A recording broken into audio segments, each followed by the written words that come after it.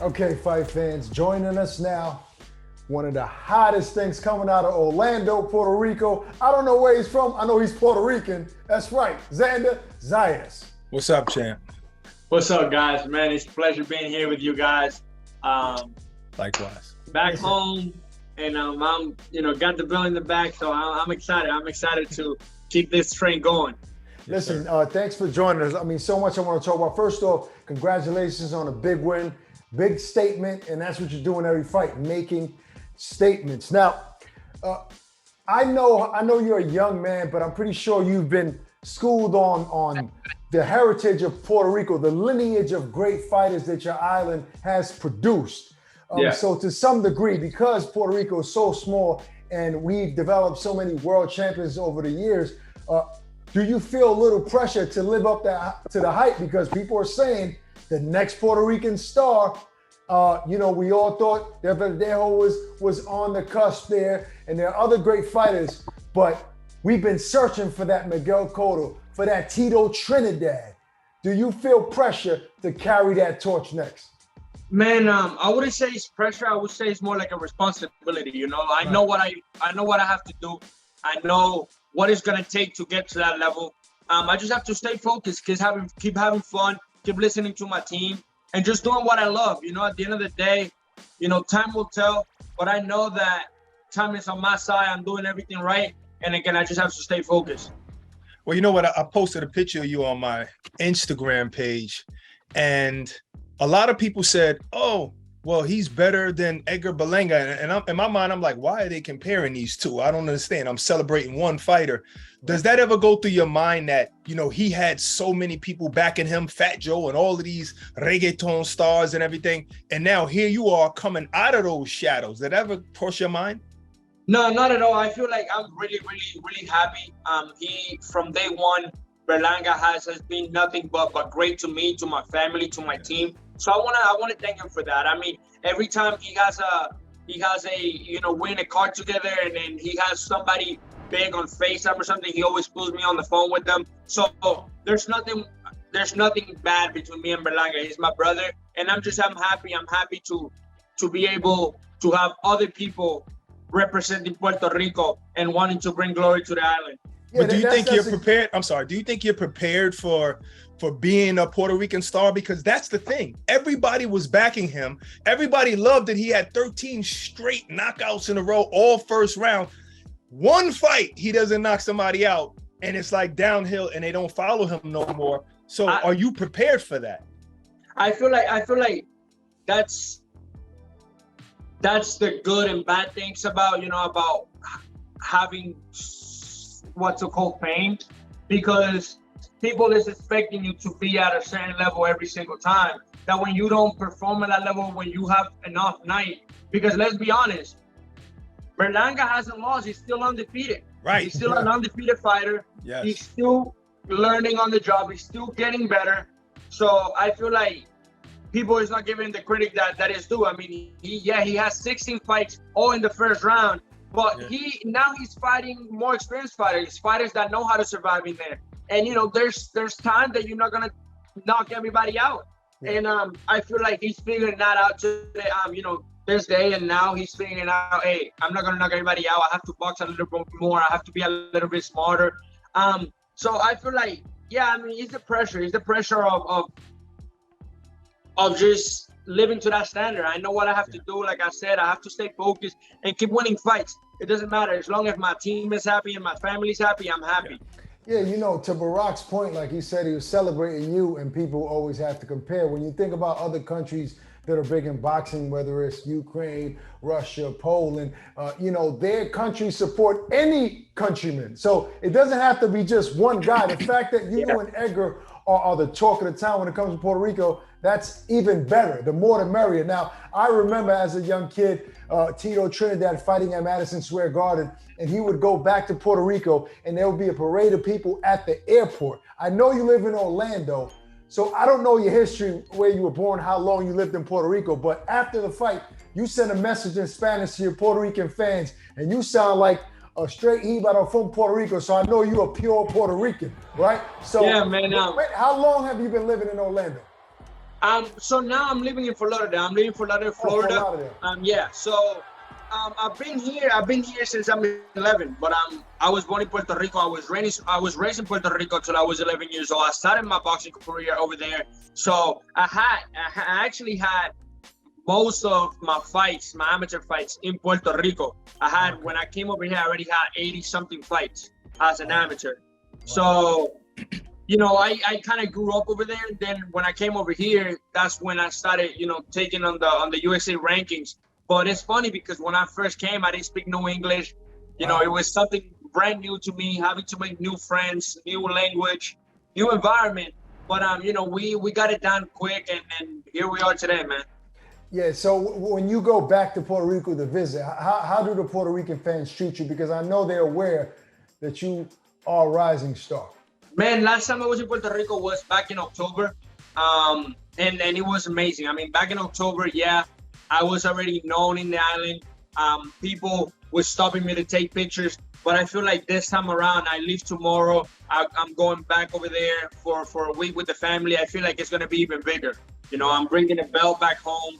A lot of people was watching me last Saturday night. A lot of people posted me. They were with the family. They were in a bar, in a gas station, anywhere in Puerto Rico. They had the fight going. So I'm just blessed. I'm blessed to have that fan base and just having all the island behind me and supporting me. It means a lot to me. Speaking about the whole island, what do you think is a greater feeling to you? When you're like riding on a float on Puerto Rican Day Parade or walking to the ring and the crowd is screaming for you? Man, it depends. If it's in Madison Square Garden, I'll take Madison Square Garden any day. or even Puerto Rico. If it's in Puerto Rico, I'll take that walk to the ring. But being in that Puerto Rican Day Parade, this year I wasn't able to be there. I had to miss it. But I know that next year I'll be there, and I'm gonna enjoy it from the first day to the last. I'm pretty sure that at some point, you're talking to the guys at Top Rack and saying, "Yo, I want to make a homecoming. I want to fight in Puerto Rico at some point, even down the line for a title to bring those big fights back to the island." Is that something that's on your agenda? Man, that's something that is in my agenda, and it's sooner than later. I want my first main event to be in the island. Yeah, I would love to have a main event in New York. It would mean a lot. But I feel like being that fighter that bring boxing back to Puerto Rico and being the main event will mean so much more to me. That's where I was born. That's where I grew up, and that's where I want to have my first main event. Yeah, I love the way you wave that Puerto Rican flag high. What are some of the who are some of the fighters that inspired you growing up? Who couldn't you miss when you were a kid when it came to boxing? The guy. I mean, I was born in 2002. I'm 19 years old. So the guy that I really grew up watching was Miguel Cotto. That was the guy that used to make us sit down as a family and watch him every single fight and just cheer for him. So that's my boxing hero. That's my Puerto Rican and my favorite fighter of all times. Do you have a relationship with him? Do you guys talk?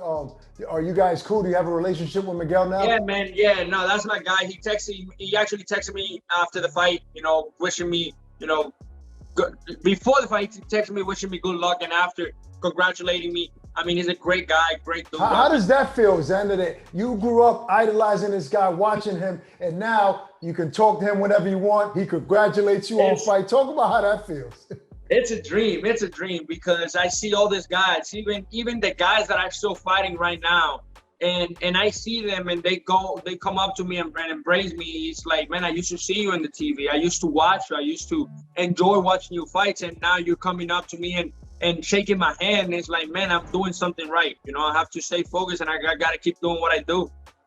Absolutely, man. Now listen, you was on the Teofimo Lopez undercard, which was a good fight, good venue. They sold out at Resorts World. But I got two questions for you. First, I want to ask you, how do you think Teofimo Lopez looked? Because he said he needed some work in there. Yeah, he got the knockout, but he needed some work in there. And I want you to grade yourself, even though you got the knockout. I'm curious to hear what you felt about your performance. Well, talking about Teofimo first, I felt like, the first couple of rounds, he was feeling himself. He wanted to see where he left off, how he was feeling in there. You know, he had a different opponent in front of him. But then when he started picking up the pace, when he started figuring out Campa, it was just cruise control from there. He had it in cruise control, eyes closed, hands behind his back. He knew he was gonna win. Yeah. And I feel like that's what he did. He took care of business. And to my fight, being honest, after the fight, I talked to you, Brock, and I told you I give myself like a B minus. Then after watching it, I still give myself like a B, maybe B plus in a good day. I feel like I needed to be more focused on the game plan. You know, I let the game plan escape from me because I wanted to bang. I wanted to showcase that I can take a punch and I can deliver a punch. And so my team was telling me, hey, use the jab, be smart, use your distance. So I feel like I could have done my game plan a little bit better, and just the defense too. I could have been a little bit more slick with my defense. You know, Xander, this is the era of, I want to say, young champions. And I remember years ago where guys had 20, 30, 40 fights and before even winning a world title or fighting for a title. But now we've been having young champions and guys with 10, 12 fights, Teofimo, Shakur's, Lomachenko's of the world fighting with little amount of fights. So do you want to be part of that same crop? Do you see yourself at 20, 21 years old fighting and winning a world title? I will say yes, 20, 21 years old, fighting for a world title. But I want to reach that 20 fights first before I get to that world title. I feel like, you know, I'm 19, I'm still growing, I'm still learning. When the time is right and my team know we are gonna not just fight for a title, but win a title, we're gonna take advantage of the opportunity and go out there and get it. So another 6 fights, and at that point, do you think you'll still be at 154 pounds? I do feel like I will still be at 154 pounds. I make it easy. I mean, on weighing days, I weighed in at 153, no struggle. Right. You know, obviously, I look skinny. A lot of people tell me that, but I have to cut weight. So, you know, that's the whole reason behind it. But overall, I feel amazing. I feel amazing. Perfecting athletes, my nutritionists, they do an amazing job. And man, I'm just blessed to have them as part of my team. Well, you look skinny, but on fight night, you look big and you got big, heavy hands. How do you think your power matches up to the elite guys in that division? Because Espada's never been stopped before, and you stopped. Yeah, man. Like I said, I'm 19. I feel like my power it's not even completed yet. It's not even in the level that it's going to be in a couple of years. But I feel like right now I can hang in there with a couple of those guys. You know, I don't want to mention names, but I feel like that's what we want you to do. Mention some names. At least answer this. You know, obviously you want to pace yourself properly. You want to fight another 6 times. But when you sit back and watch these junior middleweights fight, who's the guy that you say and you talk to your trainer in your tent, man, I know I can beat this guy. Look at what he's doing. I know I can capitalize on this. Throw a name at me. Come on. Hey man, there's a lot of names. There's a lot of guys. I mean, I respect everybody. I respect the whole division. The whole division is a stacked division. Everybody is fighting for the opportunity. Obviously, the top dog is Charlo, and he's the top dog for a reason. We have Fundora, we have Sebastian Fundora, we have Tinzu. We have a lot of these guys. But I feel like when the time is right, I'm going to be able to beat every single one of them. Mm-hmm. Nice. Well, I'm glad you didn't get sucked into that. What Ak was just trying to suck you into. At 19 years old, you should have gave him a little break. Damn. But I want to talk about Fundora because I think he's like an anomaly. He's very tall, but he can bang on the inside. Yes. He just had an amazing fight with Erickson Lubin. It was a banger. They both went down, but at the end of the fight, you seen Fundora still looking fresh, still looking like he was barely in a war, but he was. You know, do you look at that guy and say, damn, that looks like an incredibly hard fight? Man, and if we be honest, I know his sister. His sister is the same way. She's super tall and fine.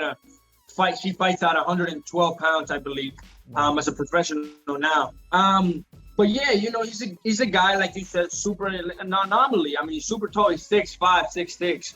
at 154 pounds. It's something that you don't see. But I feel like he can bang in the inside, but he doesn't like when people box him, because if we watch the fight against Lubin, when Lubin started boxing, he was actually doing really well. Better, He was actually, yeah. I feel like he was making a comeback, after he started boxing. But then, he fell back into the game of trying to bang, and Fundora is just great with those uppercuts.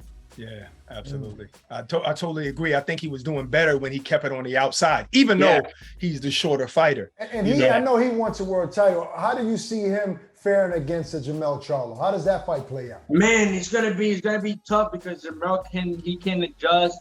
He's the top dog. He's been in wars before, and Fundora, in the other hand, is a warrior. He's coming to fight. It doesn't matter what you throw at him, he's gonna come to fight. But I feel like experience might be the winner in that fight. So I gotta give it to Charlos. Okay, that All right, sounds well, good. listen, we can't wait to see you back in the ring. Have fun in Puerto Rico. Go Yes, show sir. the love to the Puerto Rican fans, and we'll talk to you soon again, champ. Good luck. Thank you, guys. Thank you again.